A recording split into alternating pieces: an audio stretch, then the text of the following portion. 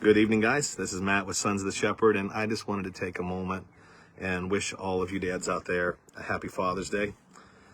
No matter whether your children are little or whether they're grown, whether they are your biological children, whether they are your adopted children, whether they are your stepchildren, whether they are your spiritual children, whether they're just people that you have invested your time into, I wanted to thank you, because the role of being a godly man, of being a father, matters more than what you will ever know.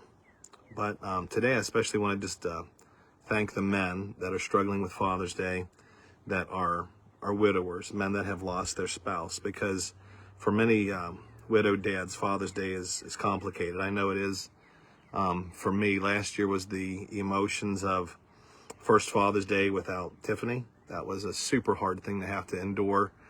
It's hard to celebrate a holiday that is a realization that the person that made you a father, the person that you had a relationship with and bore children to you, is no longer there. So a day that's set aside that's supposed to be joyful can also be a really painful day, and there's a lot of conflicting emotions, like where a man wants to be celebrated, but at the same time he doesn't want to be celebrated. There's the hard feelings of coming to church and having an empty seat beside us where our spouse used to be.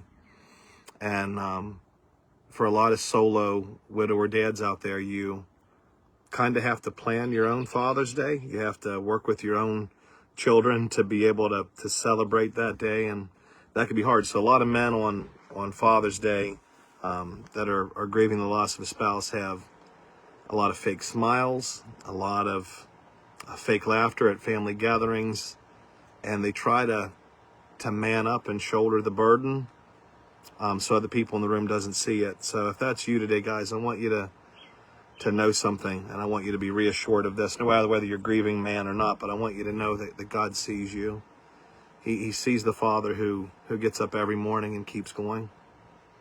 He sees the dad who helps pack lunches, who attends ball games, who helps with homework, who manages a home, who tries to hold everything together, who sets aside his own grief journey at times in order to help his children walk through their grief journey, to the dad that is there in the late night hours trying to get his children asleep when the loneliness settles in, when the anxiety and the worry begins to creep in on you.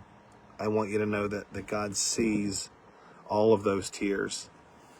He knows everything that you've cried. He knows every prayer that you've whispered, and he's not indifferent to any of that. One of the verses that I've been looking at today is in Psalm 68, verse 5. Let me look there real quick with you guys. Psalm 68, verse 5. It says, "A father of the fatherless and a judge for the widows is God in his holy habitation." I find it interesting that God mentions both groups in this particular passage in Psalm 68. He knows what loss can do to a family. He knows what happens when a home is touched by grief. And he steps into that pain with his presence.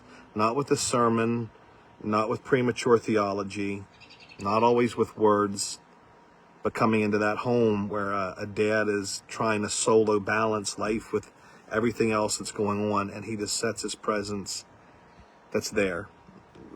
Widowed fathers are a unique group because they carry such a unique burden. Society kind of demands those men to be strong, to be steady, to be unshaken, to obviously grieve, but to do it quickly, quietly, and out of sight. Yet, grief doesn't ask you to check a gender box. It doesn't ask you, are you strong enough for the warfare that's about ready to be waged against you? Grief finds all of us, including you men today that are grappling, some of you, your first Father's Day without the love of your life. And it's hard. Most of you are doing a job that you never wanted to do, and you never envisioned when you got married that you would be taking on this task as a solo dad. You never could have envisioned that. You're taking on a task that wasn't supposed to be yours alone.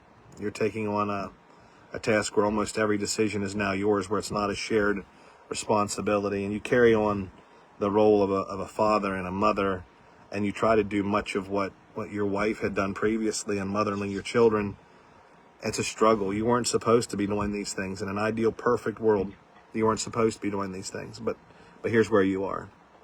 And here's where God's grace meets you. And you're doing it. You're doing it, widow or father. Maybe not perfectly. Maybe some days you're barely holding it together. But you're showing up. You're loving your children. You're teaching them. You're protecting them. You're pointing them to Christ. And today's a day worth honoring you. But I want to remind you of something else today. Something important, that your Heavenly Father is helping you carry that which you feel is impossible. The same God who walks with widows walks with widowers. I want to say that one more time. The same God who walks with widows walks with widowers. The same God who promises to never leave us in our present state of chaos of single parenting. It's the same God who does not leave us in grief. He doesn't leave us in exhaustion. He doesn't leave us in a state of uncertainty. So you as a solo dad, as a widower man, you're probably sitting back saying, I don't know what to do. I don't know how to do it. But He does. You feel weak? Guarantee you do, because I know I do. I mean, it's been 19 months since Tiffany passed away.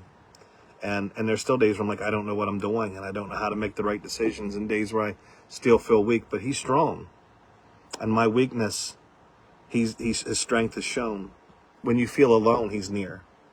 So today, if you're a widower father, let me tell you this from the depths of my heart, and the depths of my heart of the ministry that I do, is I just want to thank you guys for what you do. Thank you for staying. Thank you for fighting through your grief. Thank you for choosing your children again and again and again and again and again.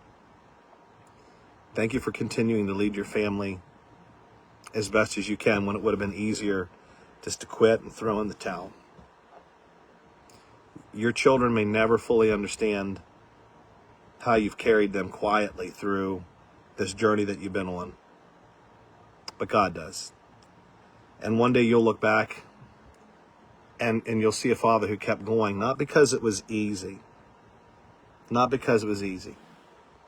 because our Heavenly Father was faithful. So happy Father's Day to all my dads out there, to my dad who's still on planet Earth, to my father-in-law, Tiffany's dad, who is in heaven, to Leslie's dad, who has taken in me and my family in such a wonderful way, to spiritual fathers that are out there, but especially to you men that are a widower. I want to let you know that you're seen, you're heard, you're appreciated, and by God's grace, you're making a difference in the lives of your children every single day. So my prayer for you tonight is that God would strengthen you, encourage you, and remind you that He is enough for whatever tomorrow brings. Whatever tomorrow brings. So for you men that are out there, and anyone tuning in, listening, God bless you. And a happy Father's Day.